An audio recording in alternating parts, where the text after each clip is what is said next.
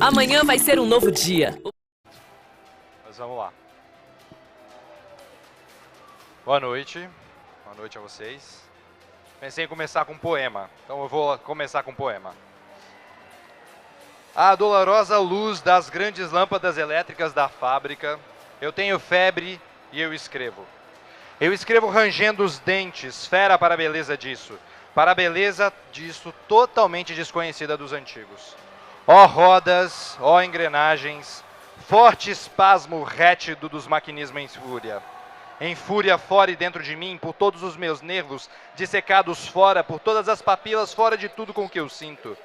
Eu tenho os lábios secos, ó grandes ruídos modernos, de vos ouvir demasiadamente de perto, e arde minha cabeça de vos querer cantar com um excesso de expressão de todas as minhas sensações, com um excesso contemporâneo de voz, ó máquinas. Ó fazenda nas montras, ó manequins, ó últimos figurinos, ó artigos inúteis que toda a gente quer comprar. Olá, grandes armazéns com várias seções. Olá, anúncios elétricos que vêm, estão e desaparecem. Olá, tudo com que se constrói, com que hoje se é diferente de ontem. É cimento armado, betom de cimento, novos processos, progresso dos armamentos gloriosamente mortíferos, couraças, canhões, metralhadoras, submarinos, aeroplanos. Amo-vos a todos, como uma fera. Amo-vos carnivoramente, pervertidamente me enroscando à minha vista. Em vós, ó coisas grandes, banais, úteis e inúteis, ó coisas todas modernas, ó minhas contemporâneas, forma atual e próxima do sistema imediato do universo. Nova revolução metálica e dinâmica de Deus. Esse é um poema, ele é um poema do Álvaro de Campos. Ele é um dos veteranos de Fernando Pessoa, não sei quanto conhece Fernando Pessoa, recomendo, se você não leu, leia, é muito bom. E o nome desse poema é chamado de Ode Triunfal, e muitos dizem que ele é um manifesto de uma corrente artística chamada futurismo. Para quem não sabe, o futurismo começou há um século atrás, e ele é uma corrente artística que vai enaltecer e glorificar as máquinas. E é muito interessante que, com a ascensão da Revolução Industrial, o Fernando Pessoa ele vai escrever esse poema, e ele fala assim no começo, eu vou repetir. Para a dolorosa luz das grandes lâmpadas elétricas da fábrica, eu tenho febre e eu escrevo. Eu escrevo rangendo os dentes, fera pela beleza disso, para a beleza disso totalmente desconhecida dos antigos. O amor à máquina, ele nos consome, e ele pode nos consumir. O futuro, penso eu, não será só feito de robôs. A tecnologia tem trazido grandes benefícios, isso é inquestionável, mas eu penso que tem afastado o homem do seu igual. O homem tem saudade do homem, já diria Antunes Filho. Foi o diretor de cinema e de teatro, um dos mais importantes da América Latina. A arte talvez é a única capaz de resgatar o homem de volta para o homem. Os homens de lata, eles vão tentar nos substituir, mas ainda assim nós vamos precisar de homens com coração. Agora, saindo um pouco da poesia, hoje a gente vai falar de soft skills. E como a tecnologia tem afetado, sim, as soft skills e o desenvolvimento dessas habilidades. Eu vou propor uma solução, é claro, uma solução para trazer o ser humano de volta a olhar para o ser humano. E isso tem a ver com o que eu sou, com o que eu faço. Meu nome é Guilherme Moilacqua, eu sou ator, sou diretor, sou professor de teatro, tenho uma série na Netflix, depois dá uma googada lá. A série não chama Guilherme Moilacqua, chama Onisciente, depois dei uma olhada, inclusive a gente tinha parceria com a Accenture. Eu vi ela aqui e fiquei muito feliz. Enfim, e o principal, eu não vou usar slide hoje. Não vou usar slide, porque eu estou falando sobre como a tecnologia está afetando o contato humano. E eu acho que usar slide seria direcionar a atenção de vocês para uma coisa que é muito mais interessante que eu. É muito mais interessante olhar para um slide do que olhar para um cara de cabelão falando um monte de coisa durante 10 minutos. Enfim, nada contra slides, eu tenho até amigos que usam slides. Eu adoro aqueles slides que dão zoom, que você consegue tocar, que tem vídeo do YouTube. É muito interessante, mas não é isso que eu vou falar hoje. A minha ideia hoje é, sobretudo, criticar o excesso de informação que a tecnologia digital tem trazido para a gente. Não que eu não goste da tecnologia digital, muito pelo contrário, eu tenho a minha Alexa, igual todos vocês têm a sua Alexa, uma coisa comum hoje em dia. E eu tenho plena ciência que hoje eu não preciso defender a tecnologia. Todo dia dentro do meu ouvido eu tenho tecnologia. No meu braço eu tenho aço inoxidável 316. No meu celular eu tenho um aparelho que às vezes é muito mais importante para mim do que muita coisa, feito de zinco e ferro. Na minha perna, devido a um acidente, eu tenho uma placa de metal. Eu sou um ciborgue humano. Nós somos uma geração de ciborgues humanos. E nós vivemos uma tecnologia no nosso corpo. Então eu não preciso defender a tecnologia. Todo mundo já sabe o bem que a tecnologia traz e ela se defende por si só. Então me desculpem, hoje como tecnologia que eu sou, eu vim para criticar a tecnologia. Agora eu vou citar alguém. Nos tornamos mais inteligentes porque agora qualquer pessoa carrega um computador poderoso no bolso, conectado ao mundo inteiro e capaz de dar respostas mais instantâneas do que uma enciclopédia inteira. E mais burros, porque nós estamos terceirizando para as máquinas uma série de funções que antes o nosso cérebro fazia. Quem falou isso foi um neurocientista chamado Siddhartha Ribeiro, não sei quem já ouviu falar nos livros dele, eles são muito interessantes. E ele vai falar isso numa reportagem que fala sobre o excesso de tecnologia afetando a capacidade do nosso cérebro. Inclusive, o nome da reportagem é Excesso de Tecnologia afeta o cérebro. Quem quiser procurar. Eu sempre ouvi que tudo que é muito fácil, a gente não dá muita atenção, e eu acho que o nosso corpo sabe disso. Então, quando a gente tem acesso à tecnologia como a gente tem hoje, eu acho que isso afetou, e o Siddhartha vai defender isso, a nossa capacidade de pensar, de chegar a uma conclusão por nós mesmos. Acho que todo mundo já deve ter tido a experiência, não sei, mas de estar numa mesa de jantar e algum santo puxar o assunto sobre política, religião ou futebol. Sempre tem um, ninguém nunca passou por isso, eu imagino, mas o engraçado é que a gente fica bombardeando informação um no outro, ao invés de sentar e ter a capacidade de raciocinar junto sobre uma mesma coisa. A gente perdeu a capacidade de concentração, de concentrar a informação em prol de uma resposta, em prol de uma ideia. A gente cada vez está mais disperso e menos desconcentrado.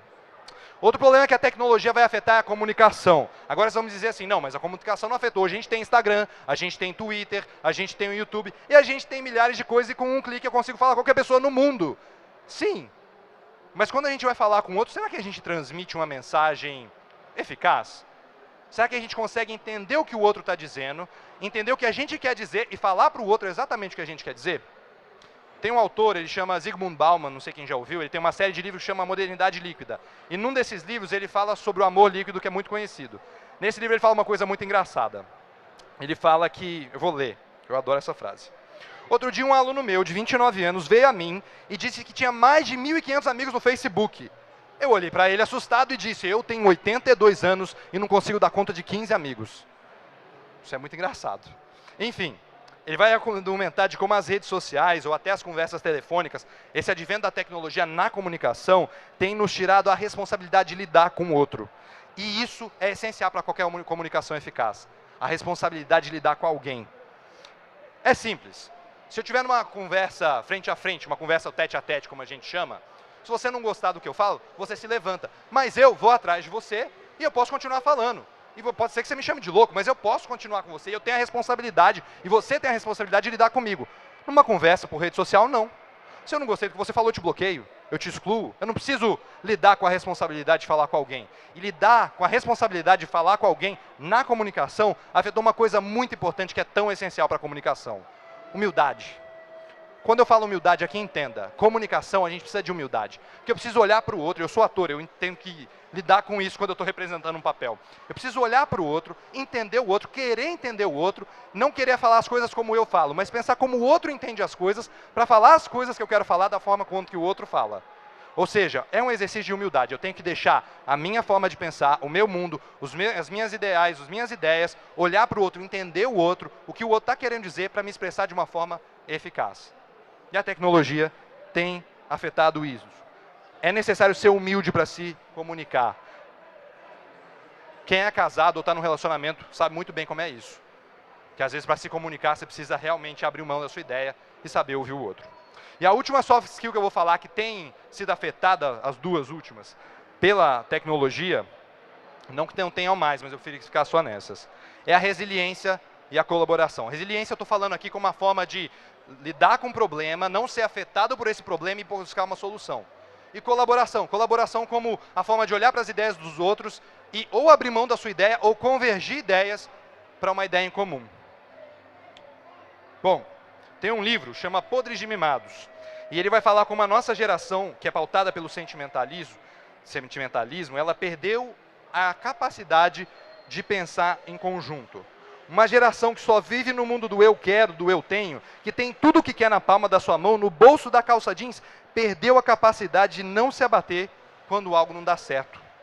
A tecnologia deixou tudo mais fácil. A gente tem tudo ao nosso alcance. Você quer viajar para Dubai? Parcela em 30 vezes. Você quer comer o chocolate mais caro do mundo? É simples, faz um Pix, a gente aceita. Você quer morar na Lua? Não tem problema, parcela pelo resto da sua vida. Parcelar as relações. Parcelar as nossas relações. A gente não é capaz mais de ter uma relação profunda, uma relação de olhar para o outro, entender o outro. Qual que é o preço que a gente paga hoje para fazer um trabalho em equipe? Bom, falei muito sobre soft skills, falei muito sobre como a tecnologia tem afetado. E para quem não sabe, soft skills, fica tranquilo, eu vou explicar agora. A gente tem duas coisas que a gente chama hoje nas nossas habilidades, né? As hard skills e as soft skills. O que seriam as hard skills? Hard skills seriam todas as habilidades que a gente adquire através da informação, através do estudo. Tudo que a gente trabalha, estuda e pensa muito para adquirir. Soft skills são habilidades diferentes. São habilidades da sensibilidade humana. São a habilidade de lidar com o outro, de entender a si mesmo e lidar com as pessoas. Enquanto as hard skills, ela tem a sua academia na internet, porque as hard skills e as soft skills são um músculo, de certa forma, as soft skills têm a sua academia aonde? Onde é que a gente aprende a exercitar habilidades da sensibilidade humana? E aí é o que eu venho defender hoje. Eu acho que a arte é o lugar onde a gente, sendo humanos, falamos como humanos, pesquisamos como humanos, experimentamos o que é ser humano. Sempre enquanto artistas, a gente vai brincar com a ideia, a arte imita a vida ou a vida imita a arte?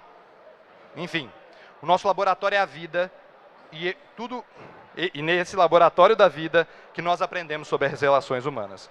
Alguns de vocês vão pensar o seguinte, tá, nas artes a gente realmente pode exercitar certas habilidades como concentração, colaboração, comunicação, a gente realmente pode fazer isso, mas tem outros lugares que nós fazemos isso.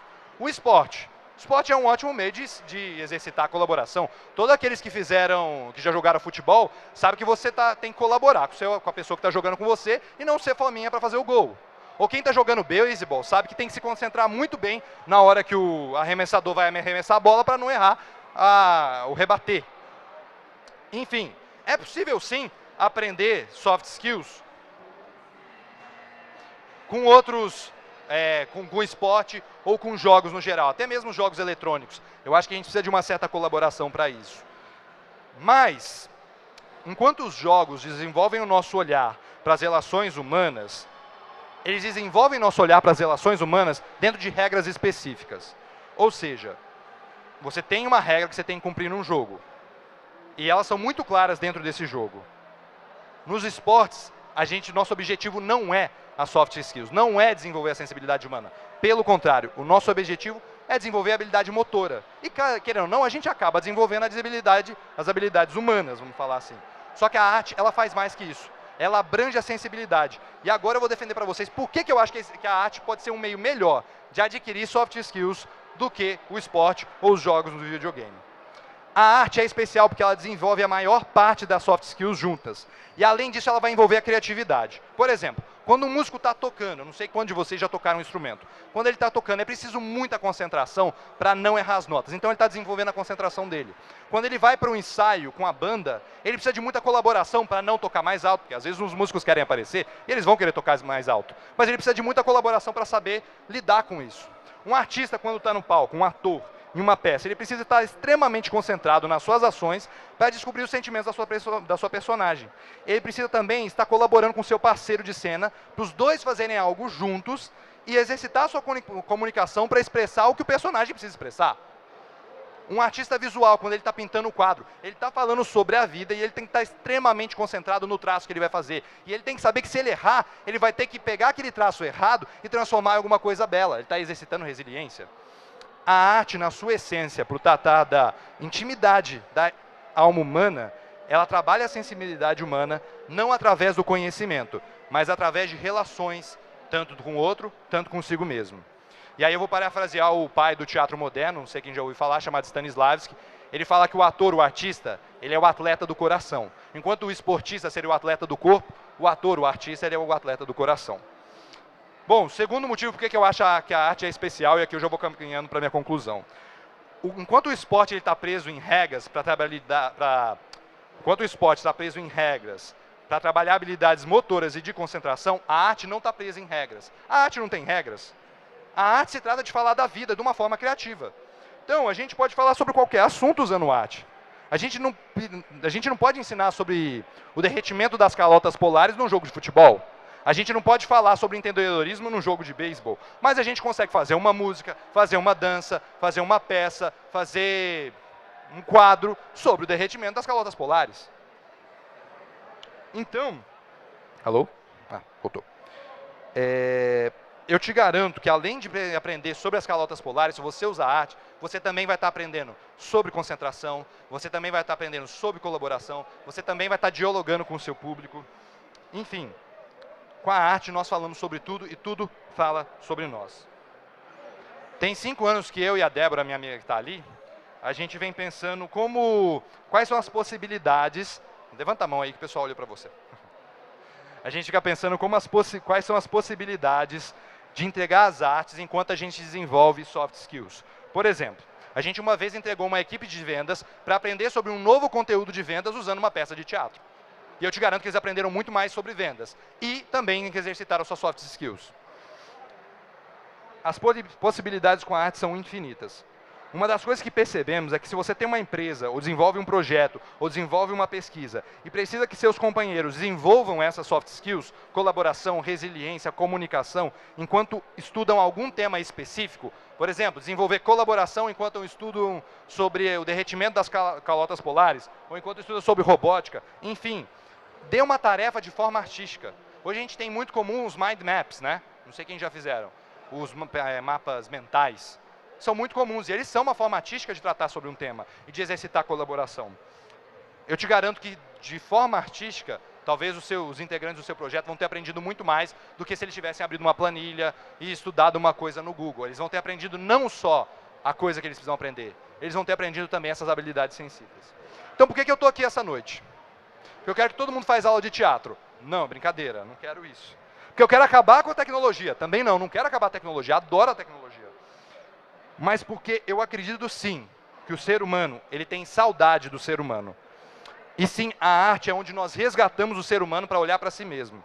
Então talvez o que eu quero fazer hoje é incentivá-los a colocar mais arte na vida de vocês. E nos projetos de vocês. E nas ideias, e nos planejamentos do futuro de vocês. E quem sabe, se com mais pessoas inserindo arte para aprender sobre o futuro não será feito somente de robôs. Talvez o futuro seja feito de artistas. E eu posso te garantir uma coisa. Os artistas fazem uma música muito melhor do que os robôs. Obrigado.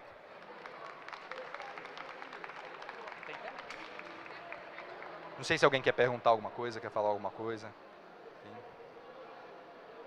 Muito obrigado, então.